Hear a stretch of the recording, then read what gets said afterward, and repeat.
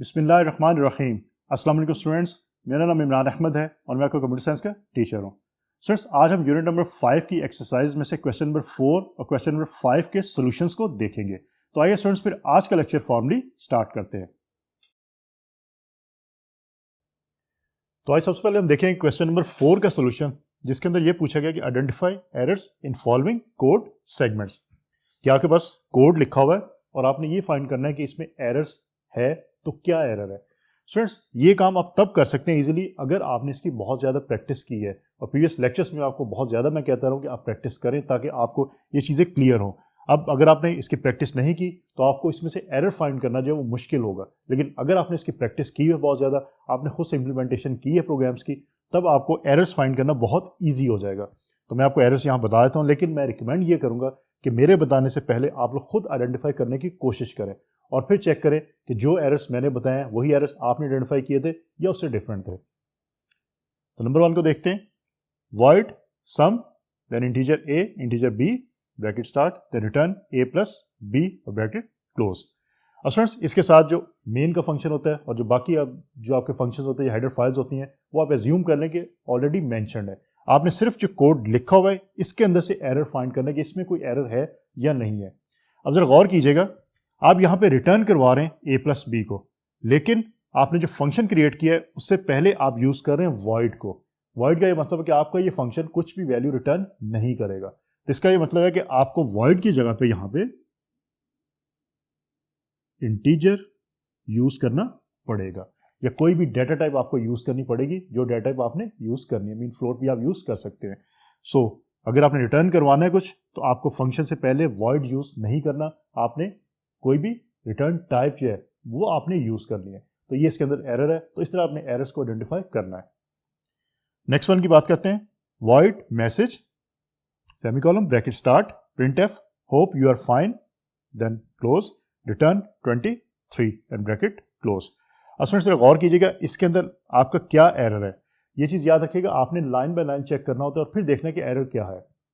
Void यहां पे आप रिटर्न करवा रहे हैं 23 को, उसके बाद मैसेज और देन ये सेमीकोलन। अब स्टूडेंट्स, यहाँ पे भी यही प्रॉब्लम है कि यहाँ वॉइड और रिटर्न आप वैल्यू करवा रहे हैं, इधर भी आप वॉइड यूज करें और वैल्यू रिटर्न करवा रहे हैं।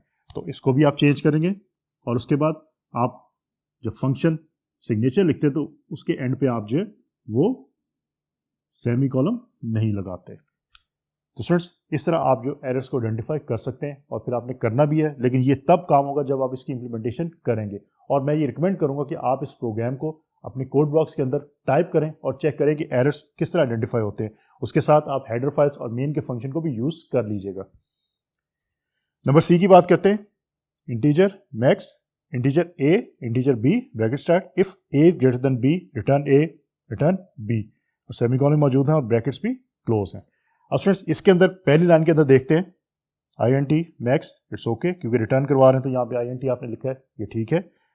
Integer a semicolon integer B, अब यहाँ पे आप सेमीकोलन यूज नहीं करते, आप सिर्फ जो है वो कॉमा यूज करते हैं। तो ये आपका इस पे एरर है, बाकी आपका प्रोग्राम ठीक है, इसके अंदर कोई और एरर नहीं है। अब देखते हैं कि नेक्स्ट हमारे पास कौन सा कोड मौजूद है जिसके अंदर हमने एरर को आइडेंटिफाई करना है। तो पार्ट डी को देखते हैं। Integer product integer n1 comma integer n2 return n1 multiplied by n2।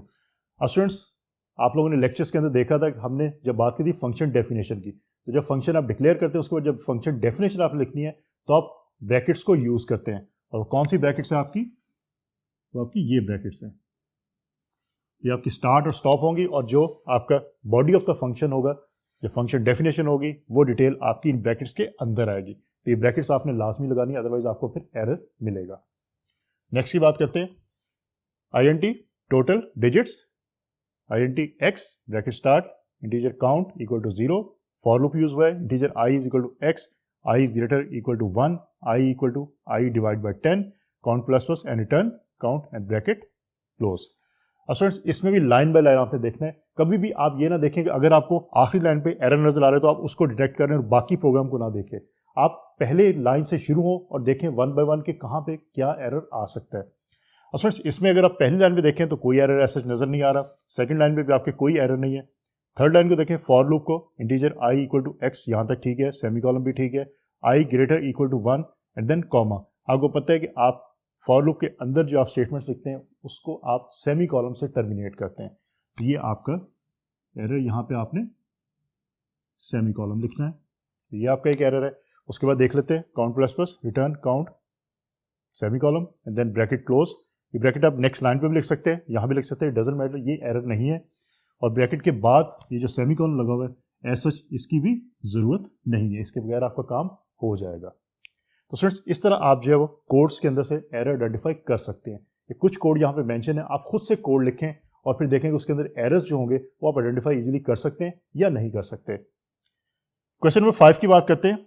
Write down output of the following code segments. कि आपको कोड अवेलेबल है, आपने इसकी आउटपुट बतानी कि इसकी आउटपुट क्या होगी। स्टूडेंट्स मैं रिकमेंड ये करूंगा कि आप इसको कोड बॉक्स के अंदर लिखें और इसको रन करके देखें क्या आउटपुट आती है। मैं आपको लॉजिक यहाँ पे समझा दूंगा और आउटपुट भी आपको बता दूंगा ताकि आपको आइडिया हो क्या आउटपुट आएगी, लेकिन आप इसको इंप्लीमेंट करके जरूर देखिएगा। और इसके अंदर आपने जो एडिशन करनी है वो आपने हेडर फाइल्स की करनी है और मेन के फंक्शन की एडिशन करनी है खुद से। और आई होप कि आप लोग कर सकते हैं क्योंकि आपने बहुत ज़्यादा इसकी प्रैक्टिस कर ली है। सो इस प्रोग्राम को देखते हैं। इंटीजर XYZ एक हमने फंक्शन क्रिएट किया है XYZ के नाम से, integer n bracket start return किया है n+n। देन मेन के फंक्शन के अंदर हम क्या कर रहे हैं, integer p is equal to XYZ 5 value pass कर दी, then p equal to XYZ p value जो यहाँ पे वैल्यू आएगी वो यहाँ पे फिर पास कर दी और देन printf हमने कराया p। अब इसकी आउटपुट आपकी कैसे आएगी। अब स्टूडेंट अगर आप गौर करें तो आपका ये जो फंक्शन XYZ का उसके अंदर 5 वैल्यू कर रहे हैं, 5 n के इक्वल है तो 5 + 5 आपका ये 10 हो जाएगा। अब p की वैल्यू आपके पास जो है वो 10 आ गई, तो यहाँ पे जब p की वैल्यू आप इस फंक्शन के अंदर यूज करेंगे तो 10 + 10 आपका 20 आंसर आ जाएगा। तो इस केस में आपकी जो आउटपुट है वो 20 आएगी। इसको रन करके देखिएगा और चेक कीजिएगा कि वाकई आउटपुट 20 आती है या इससे डिफरेंट आती है। अब देखते हैं हमारे पास इसके नेक्स्ट कोड कौन सा है और उसकी आउटपुट हम कैसे फिर आइडेंटिफाई कर सकते हैं। Number B is a very simple one, void abc एक आपका फंक्शन है, इंटीजर abc 3 आपने उसमें पैरामीटर्स पास किए, उनकी डेटा टाइप आपने इंटीजर रख दी, then integer sum equal to a + b + c। और मेन के अंदर आपने x y z के नाम से 3 और वेरिएबल डिक्लेयर किए जिनकी वैल्यूज आपने इनिशियलाइज कर दी 4, 7 एंड 23। और एक सम 1 के नाम से आपने वेरिएबल डिक्लेयर किया जिसको आपने इनिशियलाइज करवा दिया 0 के साथ। अब फंक्शन आपने कॉल किया x y z के साथ, देन printf आपने करवाया %d and %d x y z। अब स्टूडेंट्स यहाँ पे जरा गौर कीजिएगा कि आपने जो printf में आप चीज करवा रहे हैं वो x y z की वैल्यू करवा रहे हैं, आप सम की वैल्यू printf में नहीं करवा रहे, मीन आउटपुट स्क्रीन में आप सम नहीं करवा रहे। तो ये जो सम आपने यहाँ पे लिखा है इसकी वैल्यू का जो रिजल्ट होगा वो रिजल्ट आप आउटपुट स्क्रीन पे शो नहीं करवा रहे क्योंकि आप x y z की वैल्यू को शो करवा रहे सिर्फ। और x y z की वैल्यू आपकी यहाँ पे मौजूद है x y और z 4, 7 एंड 23। तो ये तीनों वैल्यू आपकी आउटपुट स्क्रीन पे शो हो जाएंगी। लेकिन यहाँ पे अगर आप गौर करें तो %d और इन दोनों के दरमियान फॉर्मेट स्पेसिफायर के दरमियान कुछ स्पेस है और इन दोनों के दरमियान भी कुछ स्पेस है। जब आप लिखेंगे या आपके आउटपुट स्क्रीन पे आएगा तो x की वैल्यू आपके 4 आएगी, then a little bit space and then y की वैल्यू आपकी 7 होगी और फिर स्पेस एंड देन आपकी 23 वैल्यू आएगी। इस तरह आपकी आउटपुट जो है वो आउटपुट स्क्रीन पे शो होगी। इसको करके आप जरूर देखिएगा और उसमें कुछ चेंज करके भी देखिएगा। और इसके अंदर आप ये देखें कि अगर आपने ये सम जो है ये आपने आउटपुट स्क्रीन पे शो करवाना है तो कैसे करवाएंगे, इस प्रोग्राम के अंदर ये चेंज करके खुद से देखें और फिर चेक करें कि आपका प्रोग्राम सही काम करता है या नहीं करता।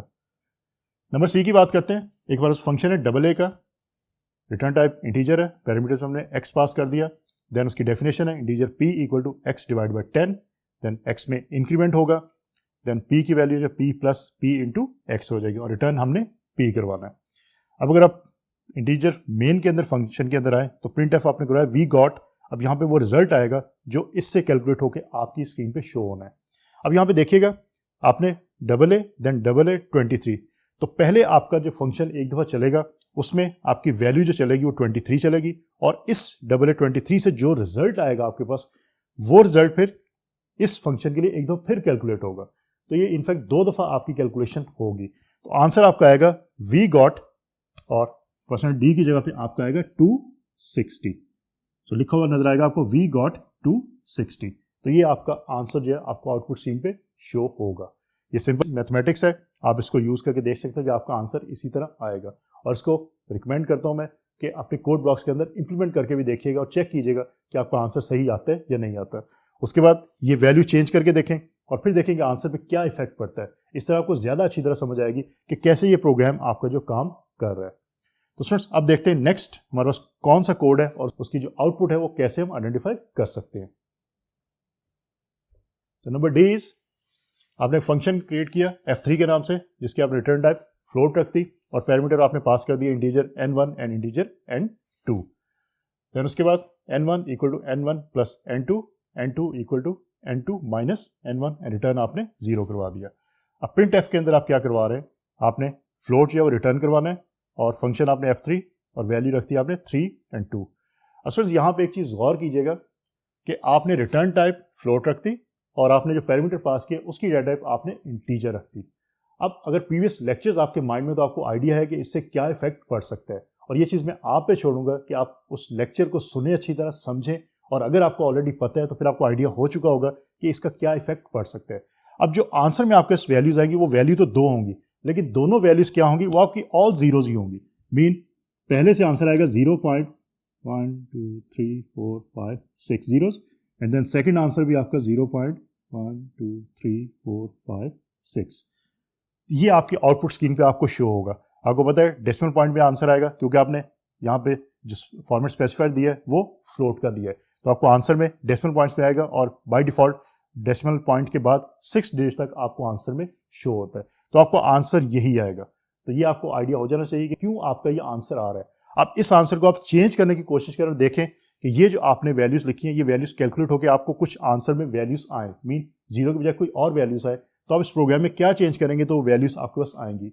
ये खुद से करके देखिएगा क्योंकि मैं उम्मीद कर रहा हूँ कि आपने लेक्चर्स अच्छी तरह समझ चुके हैं, तो आपको अच्छी तरह पता होगा कि आपने ये काम करना कैसे है। तो स्टूडेंट्स बार बार मैं ये कह रहा हूँ कि आप इसकी प्रैक्टिस अच्छी तरह करें, प्रैक्टिस करेंगे तभी आपको ये चीज़ें क्लियर होंगी, क्योंकि ये प्रोग्रामिंग है, जब तक प्रैक्टिस नहीं करेंगे आपको चीज़ें क्लियर नहीं होंगी। ये ऐसे ही जैसे मैथमेटिक्स के अंदर कि जितना करेंगे उतना ज़्यादा आपको समझ आएगी इसकी। तो स्टूडेंट्स होपफुली आज का लेक्चर आपको अच्छी तरह समझ आ गया होगा। इंशाल्लाह अगली दफ़ा नए लेक्चर के साथ दोबारा मुलाकात होगी। अपना बहुत सारा ख्याल रखिएगा। अल्लाह हाफिज़।